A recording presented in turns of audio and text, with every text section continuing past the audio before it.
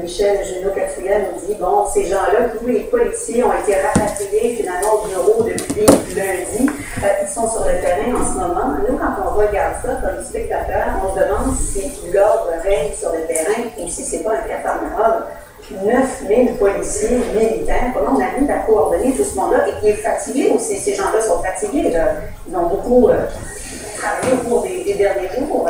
Oui, c'est évident que c'est un défi important là, pour le commandant ou le responsable de cette opération-là. Les policiers, il faut comprendre qu'ils ne sont pas tous au même endroit. C'est dans le grand transport métropolitain, oui. Il y a une bonne concentration dans un périmètre déterminé. Par contre, il y a beaucoup de ces policiers-là qui sont utilisés à faire des circulations des périmètres à l'extérieur. Ça prend énormément de policiers parce que c'est un vaste territoire. Et par contre, vous avez des équipes spécialisées qui vont effectuer les fouilles. Vous avez dit tantôt le mot fatigue. Et les deux côtés de la fatigue s'est installée. C'est évident que le sujet qui est en fuite, lui, il a passé la journée debout hier. Il y a une tentative de vol dans un dépanneur, échange de coups de feu, poursuite. Il s'est caché dans une zone. Aujourd'hui, le stress est au maximum et la fatigue. Et de l'autre côté, les policiers aussi, parce que tous ceux qui vont effectuer les fouilles dans les maisons, ces gens-là portent des éléments de protection, casque, tout ça, c'est un 70 livres supplémentaires de poids. Fouiller une ou deux maisons, ça va, mais quand on fouille plusieurs, c'est beaucoup de temps. Et ils ne veulent pas, la fatigue s'installe des deux côtés. Maintenant, c'est le défi là, pour les prochaines heures. L'avanceur va arriver. Je pense qu'il y a environ 70-75% de la zone à fouiller qui a été déjà effectuée.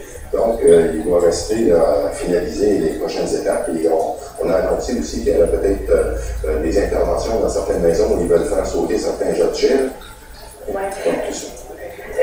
Michel, à Ottawa, évidemment, tous les yeux des médias sont tournés vers Washington. Est-ce que le fait que ce soit aussi médiatisé, parce qu'on se pose la question à chaque fois, est-ce que ça ne peut pas avoir un effet d'entraînement finalement?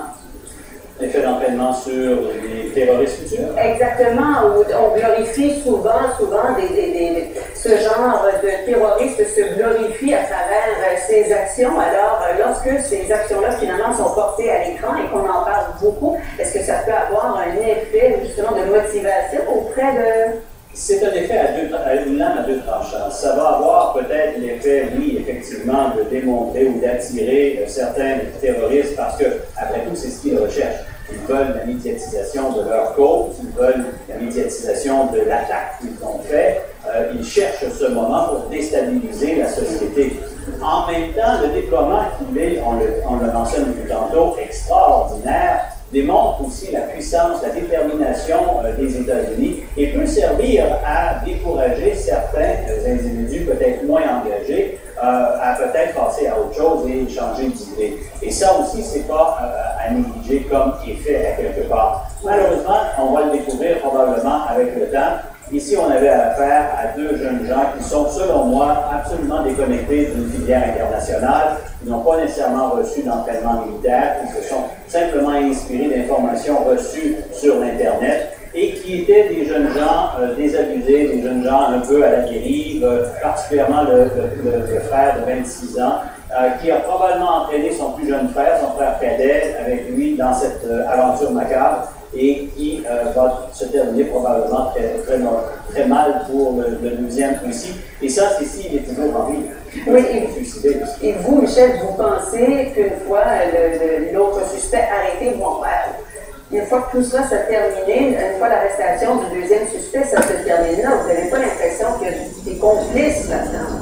Non, peu probable, il y a peu de probabilité qu'il y ait nécessairement des complices, mais on ne peut pas travailler avec la certitude qu'il n'y a pas de complices. Comme officier comme policier, on se doit de continuer de travailler avec la présomption qu'il y a d'autres complices, jusqu'à temps qu'on soit capable de démontrer qu'il n'y en avait pas d'autres. Et comment allons-nous démontrer si le deuxième est mort? Mais on va aller fouiller la chambre ou l'appartement des jeunes garçons. On va fouiller, on va regarder leur ordinateur, on va regarder les pièces à conviction et les indices que l'on va trouver dans l'appartement. Qui va nous indiquer s'il y avait bien la participation de d'autres personnes. Qui sont-ils? Où sont-ils? S'il y en a.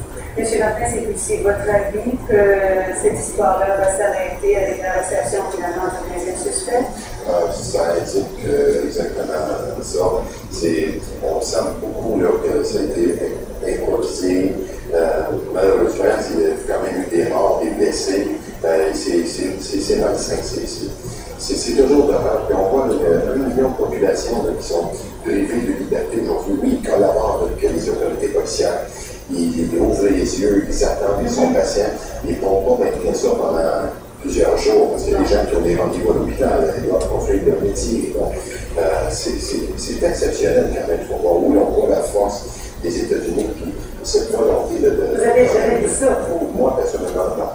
Est-ce que vous avez l'impression qu'on y va de façon délicate, entre guillemets, et je m'explique, parce qu'on peut peut-être chercher vraiment à mettre la main sur ce présumé terroriste, qu'il soit vivant et nous livre finalement des informations. On y va quand même pas avec le rouleau compresseur. Ben, vous savez, le premier mandat, le premier travail des policiers, c'est sauvegarder la vie, que ce soit des citoyens et des policiers eux-mêmes. Et également du sujet, il est beaucoup plus utile aux autorités vivants que mort, parce que là, quand on est possiblement des caches, où il y a peut-être caché d'autres engins explosifs ou des relations.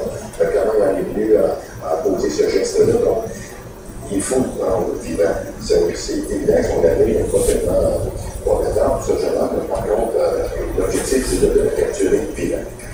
Alors, Michel Martin, ex-enquêteur de la Sûreté du Québec, également à Ottawa, Michel Junot-Katsuya, notre expert en sécurité et en terrorisme international. Merci beaucoup de vous être prêtés aujourd'hui. Plaisir.